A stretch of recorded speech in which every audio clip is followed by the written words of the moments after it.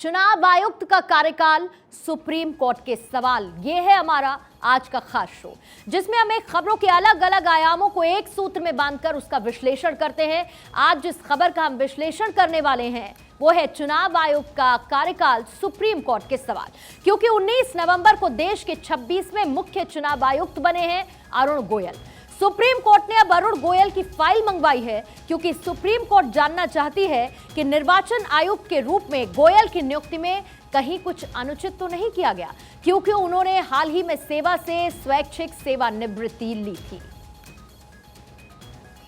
Bench ने government से जवाब मांगा है, वह यह है कि इस हियरिंग के दौरान ही एक इलेक्शन कमिश्नर का अपॉइंटमेंट अभी के अभी किया गया और वीआरएस दिलाकर एक आईएएस को अपॉइंट किया गया। उस पर बेंच ने काफ़ी सीरियस कॉग्निजेंस लिया है। कल मैटर की सुनवाई फिर लंबी चलेगी और कल हम पिटिशनर की तरफ से रिजॉइंडर देंगे। तो इसी केस की सुनवाई करते हुए सुप्रीम कोर्ट ने देश के मुख्य चुनाव आयुक्त की नियुक्ति और उनके कार्यकाल को लेकर केंद्र सरकार से सवाल किए और इसके साथ ही तीखी टिप्पणियां भी की हैं। सुप्रीम कोर्ट ने बेस्ट मैन को मुख्य चुनाव आयुक्त बनाना चाहिए, ये कहा। सीईसी 6 साल का कार्यकाल पूरा क्यों नहीं कर पाते हैं, ये सवाल भी पूछा। चुनाव आयुक्त की नियुक्ति पर संवैधानिक प्रक्रिया क्या है, ये सवाल भी उठाया। चुनाव आयोग की नियुक्ति के लिए कॉलेजियम जैसी व्यवस्था क्यों ना हो, ये भी कहा। चुनाव आयोग के पद पर रिटायर्ड जजेस की नियुक्ति क्यों ना हो। सुप्रीम कोर्ट की ये टिप्पणियां काफी तीखी हैं, क्योंकि संविधान के अनुसार भारत एक लोकतांत्रिक गणतंत्र है, जहां जनता के चुनाव के जरिए देश में विधायिका की तस्वीर तय होती है। और इसीलिए सुप्रीम कोर्ट ने कहा कि चुनाव आयोग के कंधों पर देश में चुनाव कराने का सबसे बड़ा और नाजुक काम है, जो संविधान की मूल भावना भी है और मूल अधिकार में निहित अधिकार भी है। सुप्रीम कोर्ट ने इसी के साथ यह भी कहा कि संविधान की धारा 324(2) ईसी और सीईसी के चयन और नियुक्ति के लिए संसद को कानून बनाने का अधिकार देता है, लेकिन पिछले 72 साल में किसी भी सरकार ने इस पर कोई कानून नहीं बनाया और मौन रही है। इलेक्शन कमीशन के मेंबर हैं, जो चीफ इलेक्शन कमीशन है, उनका अपॉइंटमेंट न्यूट्रल बॉडी के द्वारा किया जाए, ताकि फ्री एंड फेयर इलेक्शन की जो परिकल्पना है, जो संविधान के मूल ढांचे में जिसको माना जाता है, उसके परिपूर्ण हो सके। क्योंकि जब से संविधान लागू हुआ है, क्योंकि उसके बाद संविधान में ही कहा था आर्टिकल 324 में कि पार्लियामेंट इसको लेके एक स्पष्ट कानून लेके आए, मगर आज़ादी के 70 साल बाद भी, संविधान के लागू होने के बाद भी अभी तक कोई ला नहीं आया है अपॉइंटमेंट को लेके। इन सब बिंदुओं पे आज सुनवाई हो रही थी। सुनवाई थर्सडे को भी थी। उस दौरान हम लोगों ने प्रेस की थी एप्लीकेशन कि एक मेंबर जो जिसका पद खाली पड़ा हुआ है लगभग 6 महीने से, और उस पर अभी कोई अपॉइंटमेंट नहीं हुआ है, तो उस पर कोई अपॉइंटमेंट ना करे जब तक कि कॉन्स्टिट्यूशन बेंच का जजमेंट नहीं आ जाता है। मगर जैसे ही ये ऑब्जर्वेशन आई, उसके तुरंत आनन फानन में जिस तरीके से अपॉइंटमेंट कर दिया गया, उस चीज़ को हम लोगों ने यहाँ पे पॉइंट आउट किया। तो आज कोर्ट ने इसको लेके सख्त रुख अपनाया है और अटॉर्नी जनरल से कहा है कि इस अपॉइंटमेंट से जुड़ी हुई सारी फाइलें कल कोर्ट में प्रस्तुत करें। तो इस खबर पर हमारा विश्लेषण आगे भी जारी रहेगा, लेकिन उससे पहले आपको भावनगर लिए चलते हैं, जहां पर प्रधानमंत्री मोदी की रैली जारी है।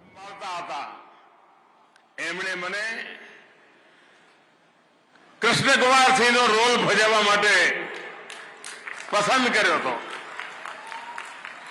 અને મારો પહેલો પરિચય હતો આ ધરતી સાથે અને શરૂઆત હતી એ મહાપુરુષ સાથે।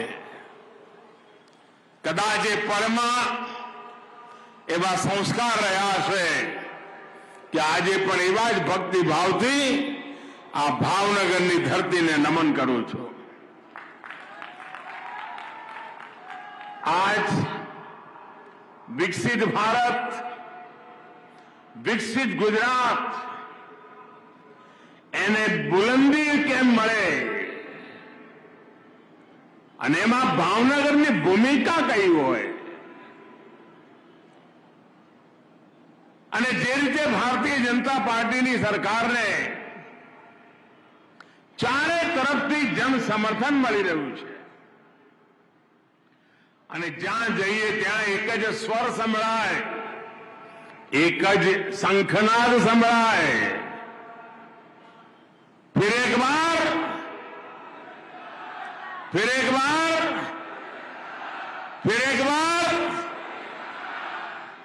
भाइयों बहनों, आ जयघोष एमनेम नहीं निकलतो। બે દાયકાની તપસ્યા, બે દાયકાનો અતૂટ વિશ્વાસ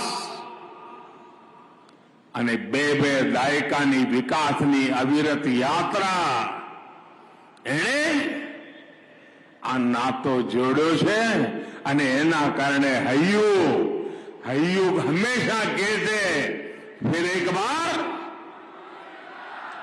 बार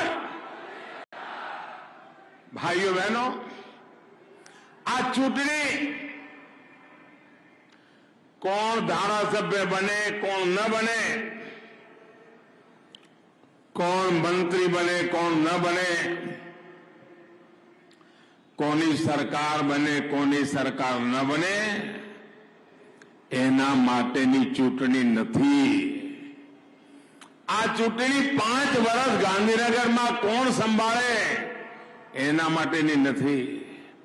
आ चूंटणी आवनारा 25 वर्ष गुजरातना केवा हशे अने देश ज्यारे आजादीना 100 वर्ष उजवतो हशे त्यारे आपणुं गुजरात विकसित गुजरात हशे। दुनियाना समृद्ध राष्ट्रोनी दरेक मापदंड में ऊंचाईओ पर उभू होय एवं आपणुं गुजरात हशे। एनो मजबूत पायो नाखवा माटेनी आ चूंटणी छे भाईओ।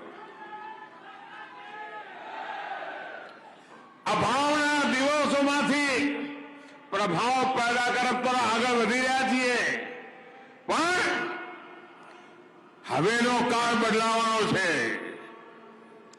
हवेना सपना हवेना संकल्प आन पेढ़ीनो उत्साह उमंग एनी धीरज ए बधाने ध्यानमां राखता आपणे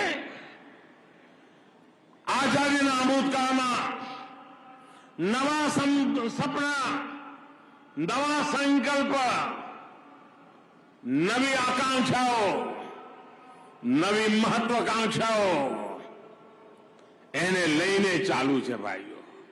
કારણ વિકસિત ગુજરાત કરીને રહેવું છે।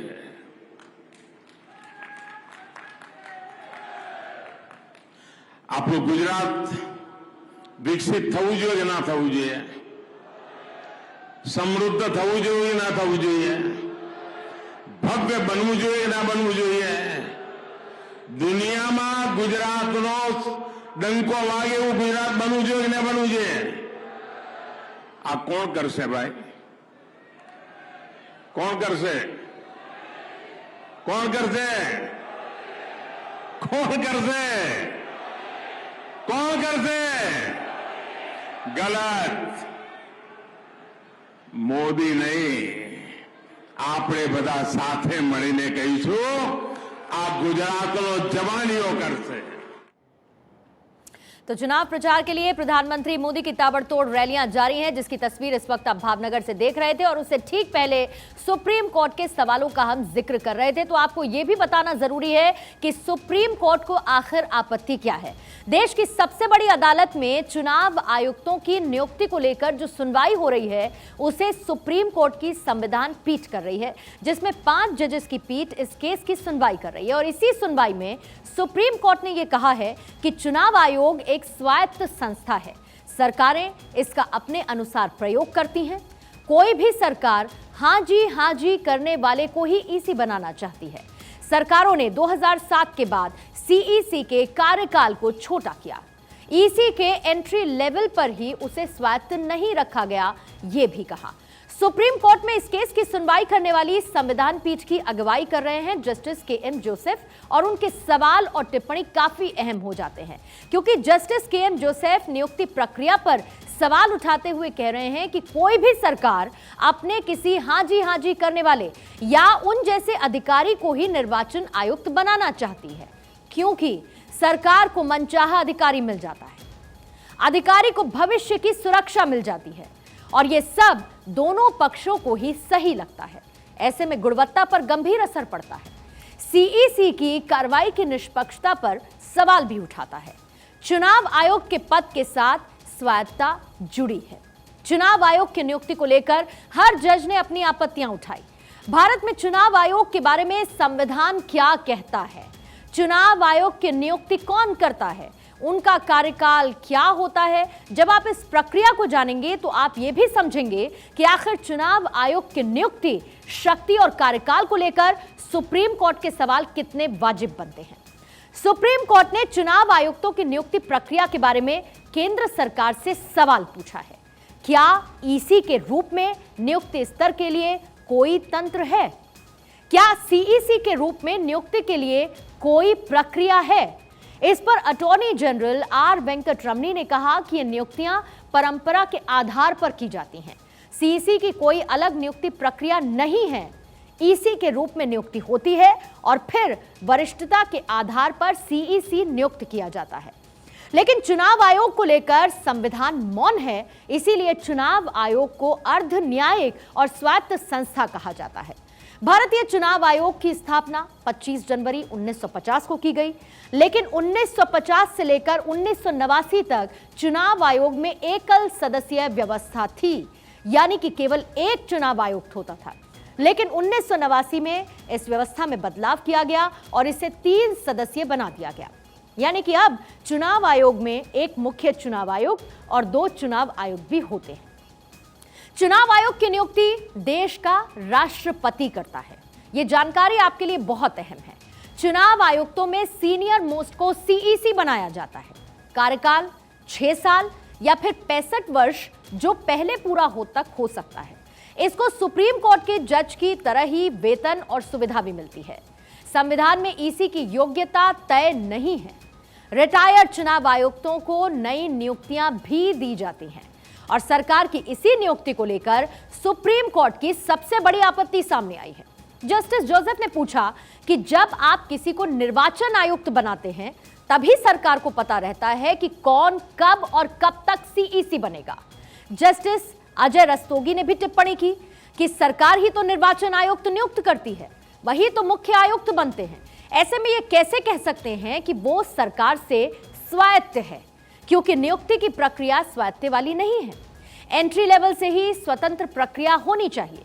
अटॉर्नी जनरल ने कहा कि संविधान में मुख्य निर्वाचन आयुक्त की सीधी नियुक्ति की कोई अवधारणा या प्रावधान नहीं है। इस पर जस्टिस केएम जोसेफ ने कहा कि फिर तो हमें देखना होगा कि आयुक्तों की नियुक्ति कैसे हो, क्योंकि उन्हीं में से तो सीईसी भी बनते हैं।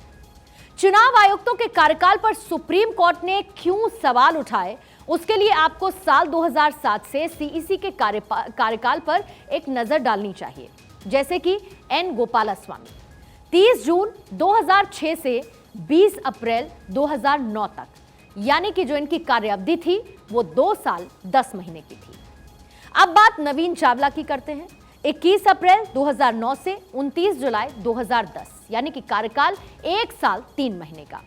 एस.वाई. कुरैशी 30 जुलाई 2010 से 10 जून 2012, यानी कि 1 साल 11 महीने का कार्यकाल। वी.एस. संपत 11 जून 2012 से 15 जनवरी 2015, यानी कि 2 साल 6 महीने। फिर इसके बाद एच.एस. ब्रह्मा 16 जनवरी 2015 से 18 अप्रैल 2015, यानी कि सिर्फ 3 महीने का कार्यकाल। नसीम जैदी 19 अप्रैल 2015 से 5 जुलाई 2017, 2 साल 2 महीने। ए.के. ज्योति 6 जुलाई 2017 से 22 जनवरी 2018, सिर्फ 6 महीने। ओपी रावत 23 जनवरी 2018 से 1 दिसंबर 2018, सिर्फ 10 महीने।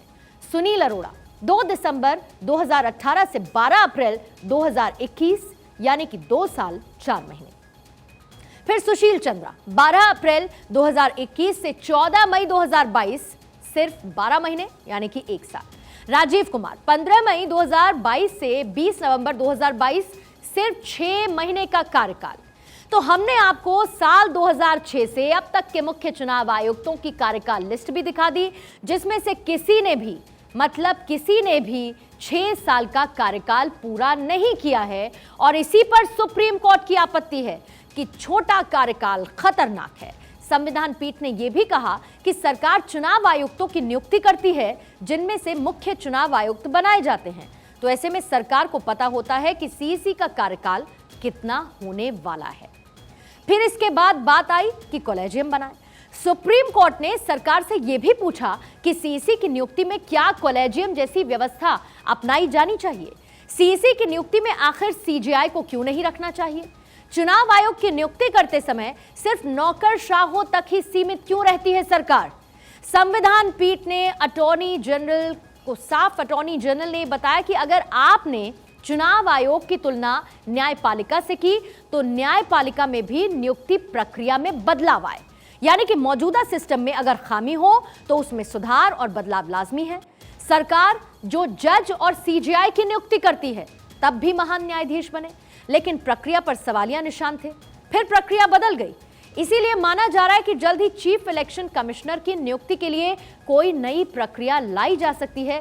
लेकिन चुनाव आयोग को शक्तिशाली, पारदर्शी बनाने के लिए सुप्रीम कोर्ट का यह कदम बहुत बड़ा है और अब गेंद है केंद्र सरकार के पाले में, यानी कि केंद्र सरकार को अब यह तय करना है कि आगे की नियुक्तियां कैसे की जाए जिससे नियुक्ति की प्रक्रिया पर सवाल ना उठे, क्योंकि संविधान पीठ के अध्यक्ष जस्टिस जस्टिस जोसेफ ने यह कहा कि ये हमारा देश है, हमारा कानून और हमारी प्रक्रिया है। आपको बताना होगा कि निर्वाचन आयुक्तों की नियुक्ति प्रक्रिया में आप सुप्रीम कोर्ट के जजेस को शामिल करना चाहते हैं या फिर नहीं, लेकिन नियुक्ति प्रक्रिया पारदर्शी और आदर्श होनी चाहिए। भारत में निर्वाचन आयोग के पास विधानसभा, लोकसभा, राज्यसभा और राष्ट्रपति आदि चुनाव कराने की जिम्मेदारी होती है, जबकि ग्राम पंचायत, नगर पालिका, महानगर परिषद और तहसील एवं जिला परिषद के चुनाव की जिम्मेदारी राज्य निर्वाचन आयोग के पास होती है। ऐसे में स्वस्थ लोकतंत्र के लिए चुनाव आयोग का स्वायत्त और पारदर्शी होना बहुत जरूरी है। जाहिर बात है, ऐसे में सुप्रीम कोर्ट के सवालों के बाद अब यह देखना होगा कि केंद्र सरकार का इस पर क्या रुख रहता है और केंद्र सरकार इन सवालों का जवाब क्या देता है। और आइए अब खबरों में आगे बढ़ते हैं। अगली खबर, नरेंद्र मोदी के मिशन अमृत सरोवर की बड़ी सफलता को लेकर मोदी ने की थी ग्रामीण जल संकट दूर करने की अपील। 6 महीने में 25,000 अमृत सरोवर का निर्माण पूरा, 2023 तक 50,000 अमृत सरोवर बनाने का लक्ष्य। लगभग 90,531 स्थलों की पहचान की, 52,245 स्थलों पर अमृत सरोवर का काम शुरू। अमृत सरोवर पोर्टल से हो रही काम की निगरानी, जल संरक्षण एवं जल संचय ही प्रमुख उद्देश्य। BICAGN दे रहा मिशन में तकनीकी सहयोग, जन भागीदारी मिशन अमृत सरोवर का केंद्र।